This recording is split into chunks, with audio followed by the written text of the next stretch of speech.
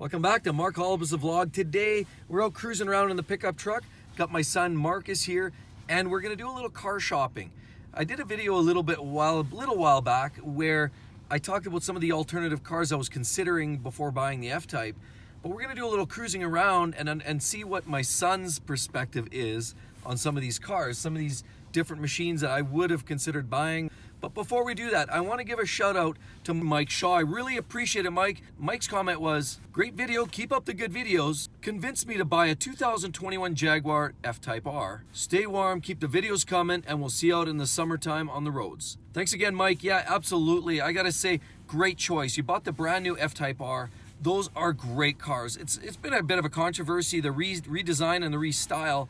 The front end's a little different. They're up a little bit on power because the new incoming F Type R, as you guys probably know, I did a review on my other channel about it.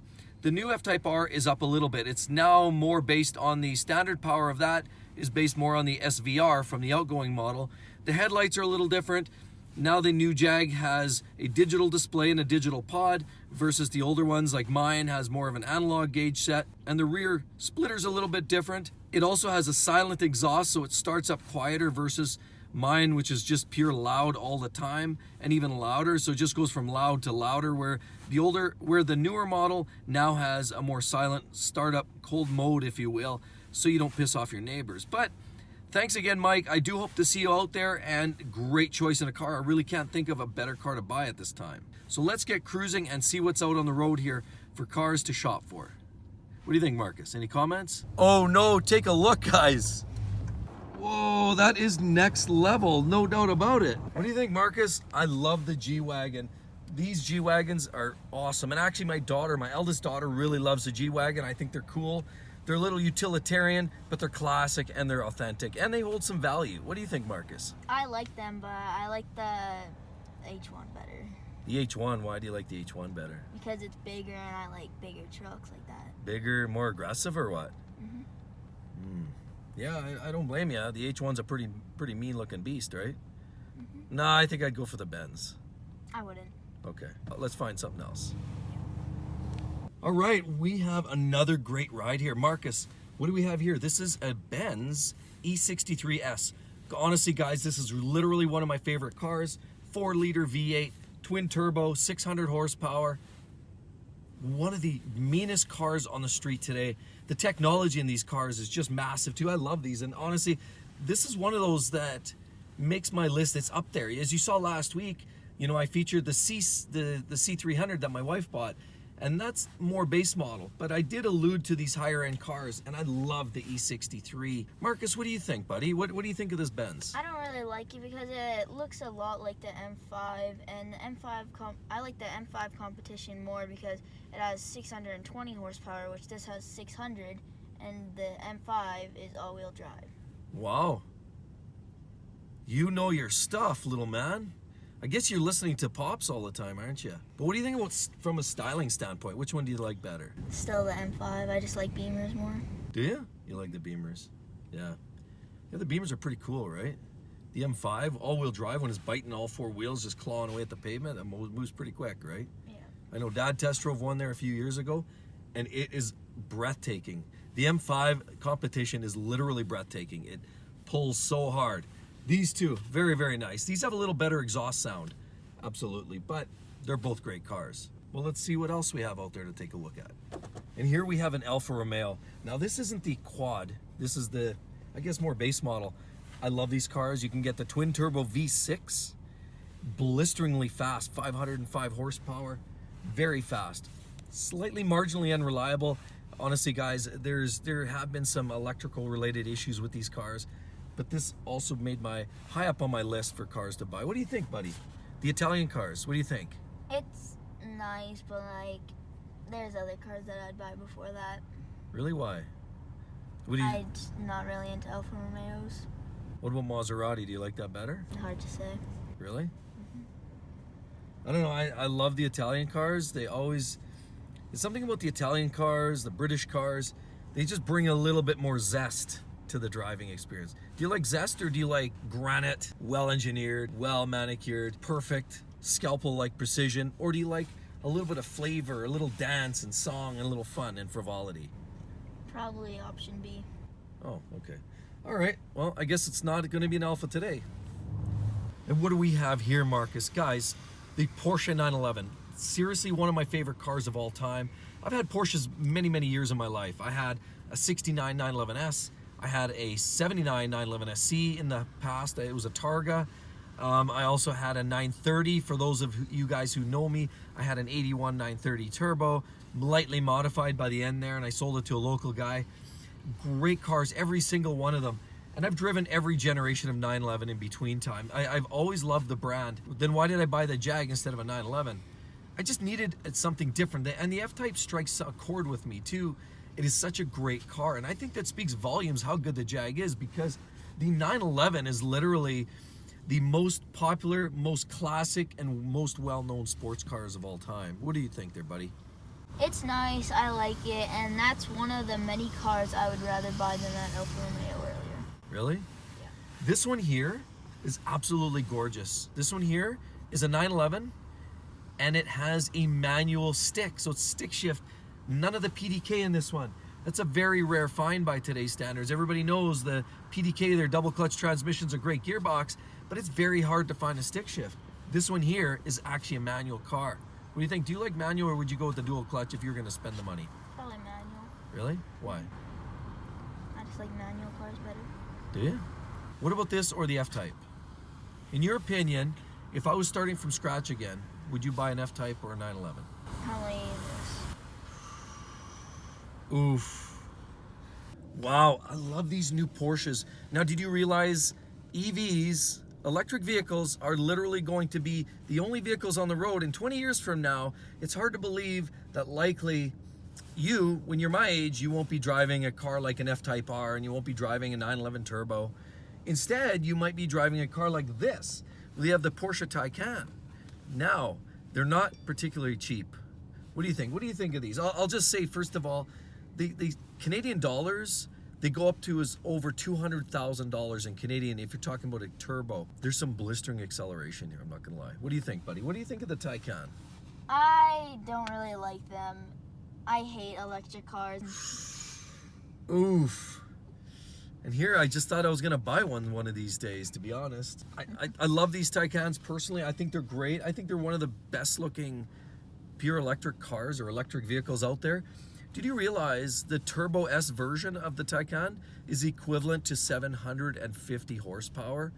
These are blisteringly and blindingly fast, and so they're great. I love them. I'm not gonna lie. They're really, really cool. There's also cars that men can drive that are faster than those. Guys, what do you think? I don't think there's too many cars quicker than a Taycan Turbo S. There's one thing that really I agree. Like, from a styling standpoint, what do you think?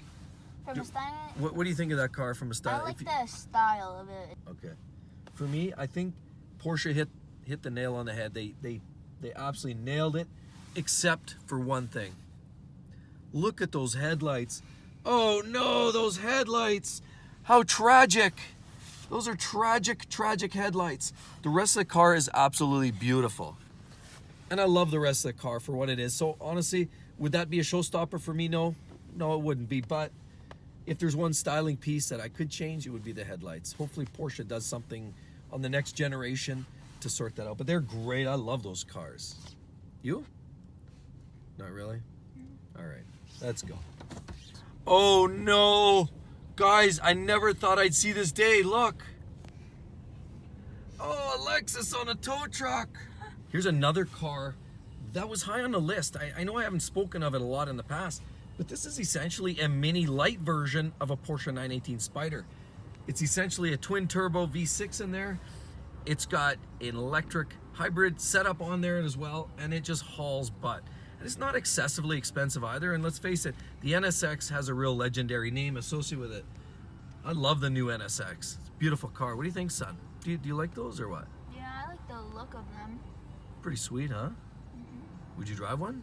Mm-hmm. Yeah? Okay. Better than a Porsche? No.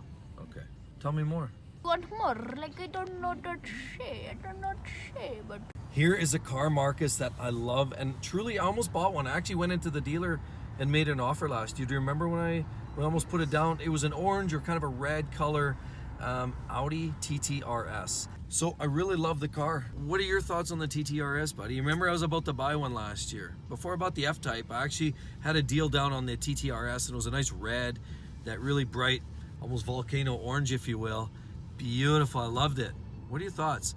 I like it personally, and I would also buy one of those instead of the Alfa Romeo from earlier. Would you? Yeah. Do you know what kind of engine these things have in it?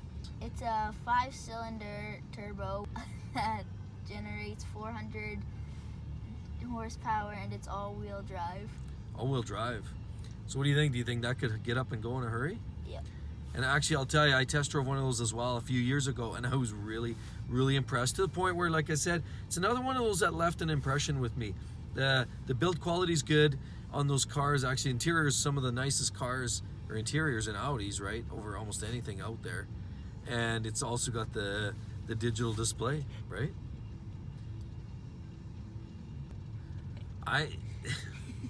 So Marcus, a few other honorable mentions of cars that I considered for the year. The first one being the brand new C8 Corvette. Is that the mid-engine 500 horsepower Corvette? I like the looks of those. You like them? Yeah, they're pretty sweet, eh? I agree. I love the looks of them. You know, and I know on the other channel, I kind of don't, there's some things I say, well, don't buy it, because it really is only because of bugs and some quality control issues on the first generation, right? I'm hoping if they worked some of those bugs out, maybe the Z06 or Z06, depends which side of the border you're from, might be in the cards. Do you know what they have in them? This Z06, or what they're talking about? 650 horsepower? Yes, yeah, about there, yeah. And possibly have some level of hybrid electric motors driving the wheels as well. So should be a pretty impressive car, hey? Another car that was on my list actually was the Audi RS7. Do you remember that one? Yeah. What do you think of the back end of that car? I like the back end. Yeah, which one do you like better, that or the M5 competition. you read my mind, right? You like the M5 competition better. They're both comparable, but the Audi actually has a slightly smaller engine, 4-liter instead of the 4.4 liter in the BMW. And they have comparable horsepower, give or take, right? Yeah. And we can't forget one car that I test drove a couple years ago, and it is seriously one of the best, easiest cars to live with, and it is really a strong honorable mention. I can't forget the M5. What do you think of that one? I like it. Yeah? Why? What about it? What is it about the M5 that you like? I don't know. I just really like BMWs and like how the way they look. Yeah. Do you know what's really cool about the M5 specifically as opposed to the RS7 Audi? You can deactivate the all-wheel drive, so it has rear-wheel drive. Yes, and it can become a real hooligan, eh? Yeah, they're a pretty cool car. Honestly, the M5's always been one of my favorite driver's cars of all time. I mean, that's why we still have the E60 M5 with the V10, right? What do you think of the E60? I like it. Yeah. Which one do you like better, our older one or the new one? Oh, the new one. Really? What is it about the new one you like better? It's new. Fair enough. All right, everyone. I do want to say a special shout out to Mike, who sent that comment from last video. Also, in addition, please don't forget to subscribe if you're already a subscriber to the channel. As well, I want to thank you guys for following along. In addition, don't forget to drop that comment because you might be picked on the next video. Marcus and I want to thank you for joining along today, and it was a lot of fun sharing kind of his opinion as opposed to mine. Obviously, some things we agree on and some things we don't, and that's perfect because not everybody agrees on the same vehicle. That's what makes it unique and makes it exciting. So thanks again, everyone. See you next time.